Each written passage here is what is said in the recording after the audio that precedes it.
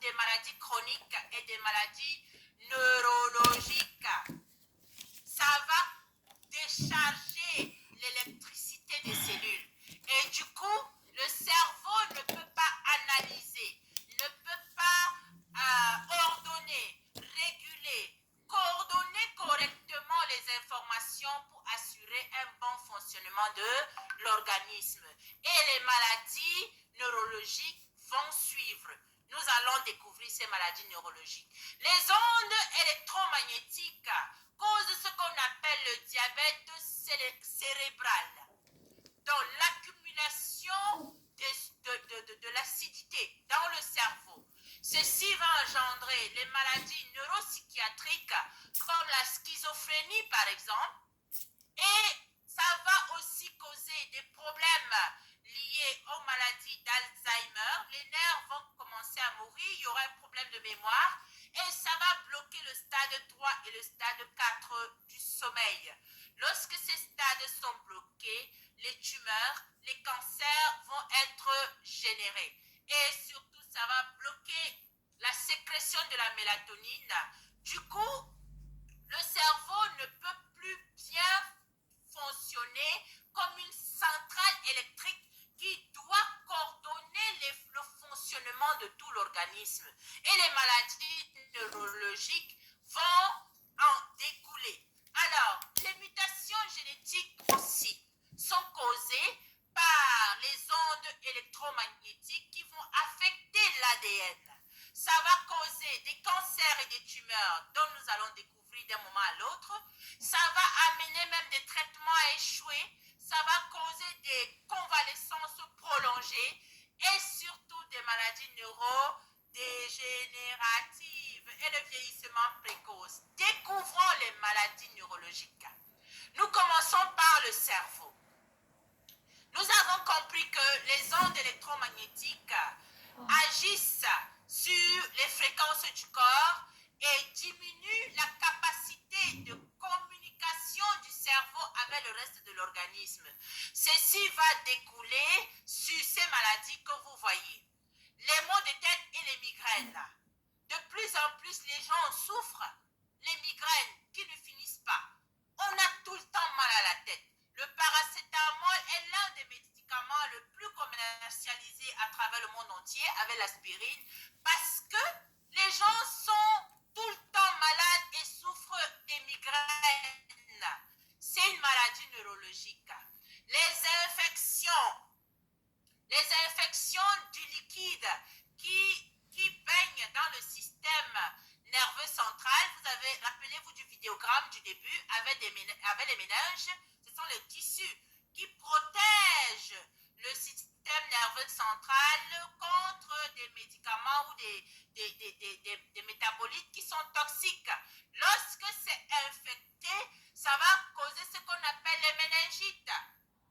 Ces infections finissent par causer des problèmes neurologiques qui sont, comment je vais dire ça, un enfant qui fait la méningite à la naissance, une infection néonatale par exemple, parce que les barrières neuroméningées ont été cassées par les ondes électromagnétiques, cet enfant a de fortes chances de développer l'épilepsie sur le long terme, plus tard dans sa vie, et il a de fortes chances d'avoir des problèmes de croissance et des problèmes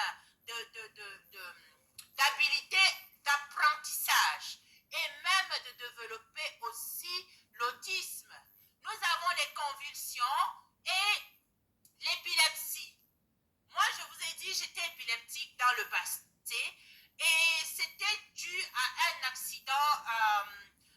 accident de circulation. J'ai eu un trauma crânien. Et quand j'étais hospitalisée dans les soins intensifs, quand j'étais dans le coma, j'étais entourée des ondes électromagnétiques. Et ces ondes électromagnétiques ont sûrement interféré avec la neuroplasticité de mon cerveau. Et du coup, mon cerveau n'a pas guéri complètement. Et j'ai développé des troubles d'information, de véhicules d'information, de décharge d'énergie vers les muscles. C'est pour ça qu'à un stimulus comme des des lumières trop fortes, je convulsais. Et ceci est la cause de plusieurs morts à travers le monde entier et de beaucoup de morbidité. Beaucoup de familles sont très mal parce qu'un enfant a développé l'épilepsie. Et pourtant aujourd'hui, nous avons la solution définitive. Nous avons les malformations congénitales.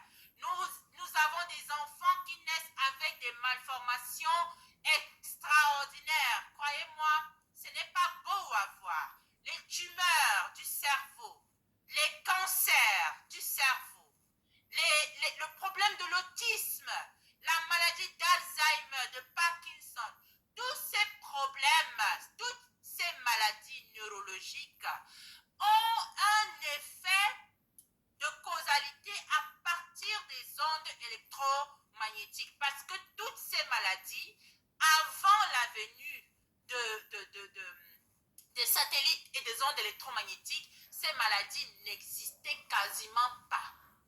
Toutes ces maladies sont des maladies émergentes. Ce sont des maladies qui sont venues avec l'urbanisation, avec la vie intelligente des ondes électromagnétiques. D'autres maladies neurologiques qui concernent particulièrement les nerfs sont les dystrophies musculaires. Ce sont des maladies un peu rares et ça affecte beaucoup de personnes qui n'arrivent pas à utiliser comme il se doit leurs muscles. Donc le cerveau est déconnecté des muscles et donc ils souffrent de douleurs atroces. Et il y a des scléroses en plaques, c'est une maladie auto-immune. Donc le cerveau n'arrive pas à coordonner le système immunitaire comme il se doit. Donc l'information a été brouillée par les ondes électromagnétiques. Il y a ce qu'on appelle le Guillain-Barré syndrome. Ce sont des maladies rares, mais ce sont des maladies qui existent. Mais beaucoup plus ce qui nous concerne, ce sont les neuropathies. Il y a les neuropathies diabétiques, donc ce que le diabète cause, mais en concordance avec les ondes électromagnétiques. Et nous avons aussi ce qu'on appelle les amyotrophique lateral sclérosis. Ce sont des maladies auto-immunes dont le cerveau, le système nerveux central est brouillé. Les informations ne sont plus coordonnées et il y a défaillance au niveau des muscles, au niveau du système immunitaire, au niveau des nerfs et ça se vit sous forme de maladie. Mais aujourd'hui, nous avons compris que nous pouvons changer l'énergie pour changer la qualité de l'information et les cellules vont se réparer et vont se régénérer. Nous avons d'autres formes de maladies neurologiques qui sont de plus en plus exprimées à travers le monde entier. C'est les maladies qui touchent à la moelle épinière. Et oui, nos parents, ils en souffrent tellement. Les travailleurs, ceux qui sont tout le temps dans les bureaux, jeunes comme vieux, ils en souffrent tellement. Les hernies discales. Là où un nerf est coincé, les dégénérescences, c'est-à-dire la masse de l'os, en fait, l'os perd complètement sa masse et ça se tasse. Ça va appuyer les nerfs et les nerfs ne véhiculent plus l'information. C'est comme si un courant était coincé ici, vous n'allez pas avoir l'information. Par exemple, si on coupe le courant de ce micro, vous n'allez pas recevoir ma voix sur votre écran.